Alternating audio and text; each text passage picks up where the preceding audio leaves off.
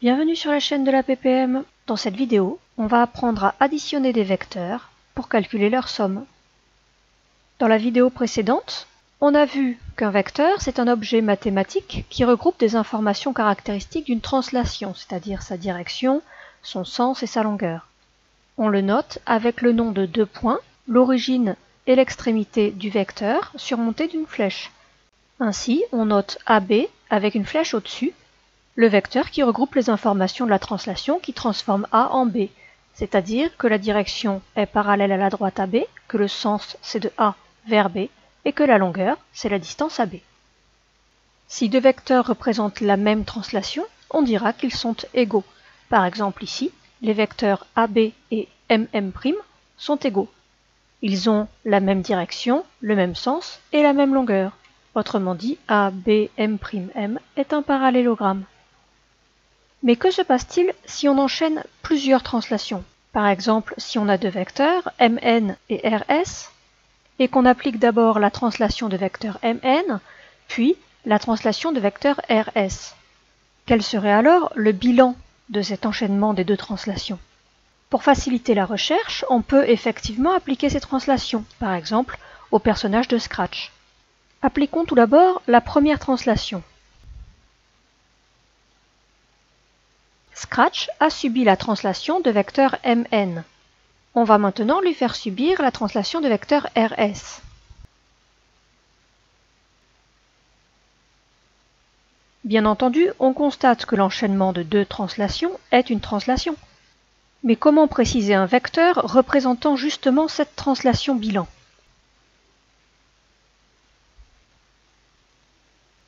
Pour parler du vecteur représentant cette translation, ici tracé en rouge, il faudrait suivre le trajet d'un seul et même point pour les deux translations, par exemple donc le bout du pied.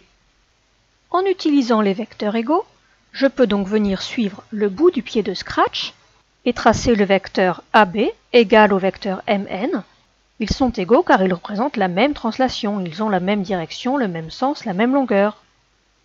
Du coup, au lieu de dire que j'applique la translation de vecteur Mn, je dis que j'applique la translation de vecteur AB. C'est exactement pareil, c'est la même translation, car ces vecteurs sont égaux. On peut faire exactement la même chose pour le vecteur Rs, et ici faire apparaître le vecteur BC, égal au vecteur Rs. Appliquer la translation de vecteur Rs, c'est pareil que d'appliquer la translation de vecteur BC. Le grand avantage ici, c'est que les deux vecteurs représentés se retrouvent à la suite l'un de l'autre, et le bilan est très facile à trouver. Appliquer la translation de vecteur AB, puis appliquer la translation de vecteur BC, c'est pareil que appliquer la translation de vecteur AC. Pour enchaîner deux translations, il est donc très important que l'extrémité du premier vecteur soit l'origine du deuxième vecteur. Ici, on arrive d'abord au point B et on repart du point B. Mais cette phrase est très longue, alors c'est pareil que, on va le symboliser par un signe égal. Et dire qu'on applique une translation, puis qu'on applique une autre translation, on va le symboliser par une addition. On va donc pouvoir faire des additions avec des vecteurs, mais toujours en gardant à l'idée que ce sont des enchaînements de translation. On a donc vecteur AB plus vecteur BC égale vecteur AC. Cette propriété s'appelle la relation de Chasles. Pour pouvoir l'utiliser, il faudra impérativement que l'extrémité du premier vecteur soit l'origine du deuxième vecteur et que la notation signale qu'on est en train d'enchaîner les deux translations, c'est-à-dire qu'on porte un signe plus. Mais pourquoi avoir choisi un signe plus? Eh bien pour une raison très simple, c'est que l'addition des nombres est commutative, c'est-à-dire qu'on peut le faire dans l'ordre qu'on veut. Eh bien l'addition des vecteurs aussi. Ainsi, quand on va trouver la translation bilan telle qu'on l'a étudiée à l'instant, en faisant d'abord la translation de vecteur Mn, puis la translation de vecteur Rs, cela revient exactement au même que si on fait d'abord la translation de vecteur Rs, puis la translation de vecteur Mn. La translation bilan est la même. Ainsi, l'addition de deux vecteurs est une opération commutative. On peut la faire dans l'ordre que l'on souhaite. À vous de jouer maintenant. Voici un premier exercice dans lequel, en utilisant la figure et la relation de Schall, il s'agit de trouver le résultat de l'addition de deux vecteurs. Vous pouvez mettre cette vidéo sur pause pour faire vos recherches, puis remettre la vidéo en route pour avoir les réponses. Vous êtes prêts? On corrige. Tout d'abord, vecteur CF plus vecteur FD. On peut les représenter sur la figure. Le vecteur CF plus le vecteur FD, cela représente l'enchaînement de deux translations qui amènent C en F, puis qui amènent F en D. Ainsi, le point C est emmené au point D. La translation bilan, c'est la translation de vecteur CD. Ici, on a représenté les flèches bleues, vertes et rouges comme tout à l'heure dans l'activité, mais en fait on pouvait directement utiliser la relation de Schall. En effet, je suis en train d'additionner deux vecteurs, et l'extrémité du premier vecteur, c'est bien l'origine du deuxième vecteur. Je peux donc utiliser la relation de Schall qui me dit que le résultat est le vecteur CD. Dans la deuxième question, on cherche à additionner le vecteur AD et le vecteur CB. À nouveau, je peux représenter le vecteur AD sur la figure, puis le vecteur CB. Mais j'ai alors un problème car ces deux vecteurs ne sont pas bout à bout. On va donc utiliser la même astuce que dans l'activité tout à l'heure. On va choisir un seul et même point à suivre lors de l'enchaînement des deux translations.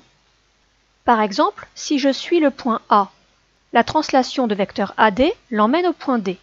Puis, je vais appliquer la translation de vecteur CB au point D.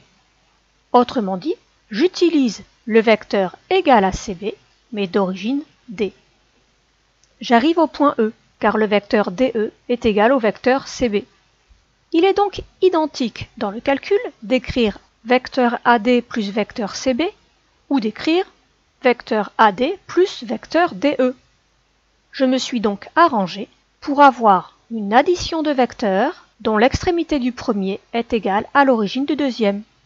Je peux donc utiliser la relation de Schall qui me dit que le résultat de cette addition est le vecteur AE. Bien sûr, si j'avais voulu, j'aurais pu suivre un autre point que le point A. Par exemple, j'aurais pu suivre le point F. Et le point F, avec la translation de vecteur AD, est amené au point C, car le vecteur AD est égal au vecteur FC. Dans ce cas-là, mon vecteur bilan n'aurait pas été AE, mais FB.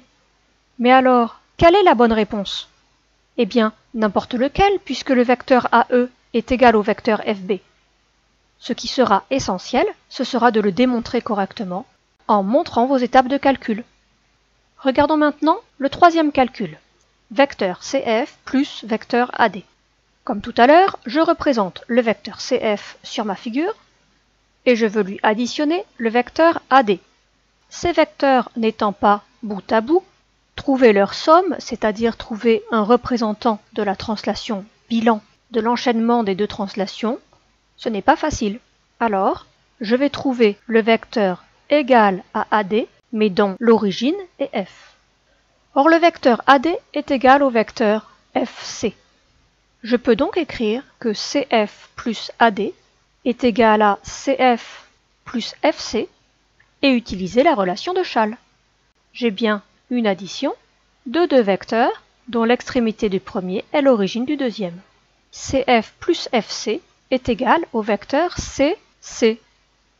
Mais le vecteur CC, c'est le vecteur qui représente la translation dans lequel C ne bouge pas, c'est-à-dire que c'est le vecteur nul. Mais si on regarde ça de plus près, cela signifie que AD, c'est l'opposé de CF. Donc AD, c'est moins CF. J'aurais donc pu écrire CF plus moins CF. Et si on fait l'analogie avec ce qu'on connaît des nombres, on aurait envie d'écrire que c'est le vecteur CF moins le vecteur CF. Et bien entendu que dans ce cas, la réponse, c'est le vecteur nul. Mais c'est étrange tout de même, on vient d'utiliser une soustraction. Eh bien oui, pourquoi pas. Disons que la soustraction, c'est l'addition de l'opposé, exactement comme on le faisait avec des nombres. Soustraire un vecteur, c'est additionner son opposé. Voilà une convention qui va bien nous arranger. On va avoir par exemple que le vecteur DE moins le vecteur FB, ça sera le vecteur DE plus l'opposé du vecteur FB, c'est-à-dire le vecteur BF. Et on va pouvoir utiliser ça dans tous les calculs quand on en aura besoin. Pour voir si vous avez bien compris, voici quelques calculs complémentaires. À nouveau, vous pouvez mettre la vidéo en pause pour faire vos recherches, puis la remettre en route pour avoir les réponses. Vous êtes prêts? On corrige. On demande de calculer le vecteur FA moins le vecteur DE.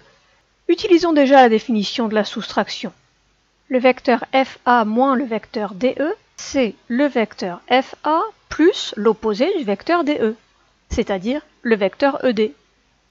Et une fois qu'on a fait ça, il suffit de se ramener à ce qu'on a travaillé juste avant. Vecteur FA, vecteur ED, et comme ces deux vecteurs ne sont pas représentés l'un à la suite de l'autre, j'utilise des vecteurs égaux, exactement comme dans les questions précédentes. Je peux par exemple décider de suivre le point F et de faire FA plus ED, mais le problème c'est que à cet endroit-là, aucun point de la figure n'est mentionné. Donc on va préférer partir d'un autre point, par exemple pour finir par ED. Il faut que l'extrémité du premier vecteur soit E, pour pouvoir ensuite être additionné avec ED. Je cherche donc un vecteur égal à FA et dont l'extrémité est E.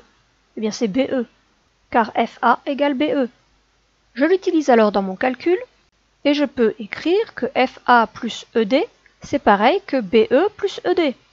Autrement dit, grâce aux vecteurs égaux, je me suis arrangé pour pouvoir utiliser la relation de Schall.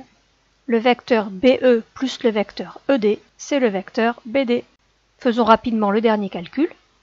Je m'occupe d'abord de la soustraction. Soustraire BE, c'est pareil que additionner EB. Je peux ensuite les représenter sur la figure, BC plus EB. Et ici, je me rends compte que si je prends les deux translations dans l'autre ordre, que je fais d'abord la deuxième translation puis la première, je suis dans une situation de la relation de Schall. Autrement dit, je peux écrire que vecteur BC plus vecteur EB, c'est égal à vecteur EB plus vecteur BC. L'addition de vecteurs est commutative. Il ne me reste plus qu'à utiliser la relation de Schall et à conclure. Le résultat de cette opération est le vecteur EC. Ce qui est étonnant dans cet exemple, c'est qu'en fait, on pouvait travailler sans regarder la figure. On a d'abord utilisé la définition pour soustraire un vecteur en additionnant son opposé, puis on a utilisé la commutativité de l'addition, c'est-à-dire qu'on a changé l'ordre des vecteurs dans une addition, et enfin, on a utilisé la relation de Schall. On n'aura donc pas forcément besoin d'avoir une figure pour pouvoir faire des calculs avec les vecteurs. Par exemple, si j'ai F, G, H et I, 4 points quelconques, saurez-vous simplifier l'écriture vecteur FG moins vecteur HI moins vecteur FH? Mettez la vidéo en pause quelques instants pour faire vos recherches et ensuite venez visionner la réponse. C'est parti. Soustraire un vecteur, c'est additionner son opposé. Je n'ai plus que des additions, je peux donc réorganiser dans l'ordre que je souhaite et chercher à utiliser la relation de Schall. Je peux donc utiliser une première fois la relation de Schall qui va me donner IF. Il me suffit donc de changer l'ordre, et j'ai le droit puisque l'addition est commutative, et utiliser la relation de Schall. Et voilà pour un calcul avec des vecteurs dans lequel je n'ai même pas utilisé de figure. De cette vidéo, on retiendra tout d'abord que la somme de deux vecteurs représente en réalité l'enchaînement de deux translations. On retiendra également la relation de Schall qui nous permet concrètement de pouvoir faire des additions de vecteurs. Il faut impérativement une addition de deux vecteurs dans laquelle l'extrémité du premier est l'origine du deuxième. Enfin, on se souviendra que pour soustraire un vecteur, il suffit d'additionner son opposé. Et voilà, des additions, des soustractions. Et que nous manquerait-il? Bien des multiplications, des divisions? Peut-être. On verra ça dans une prochaine vidéo. Si cette vidéo vous a plu, vous pouvez mettre un pouce bleu et un commentaire sous la vidéo. À bientôt sur la chaîne de la PPM.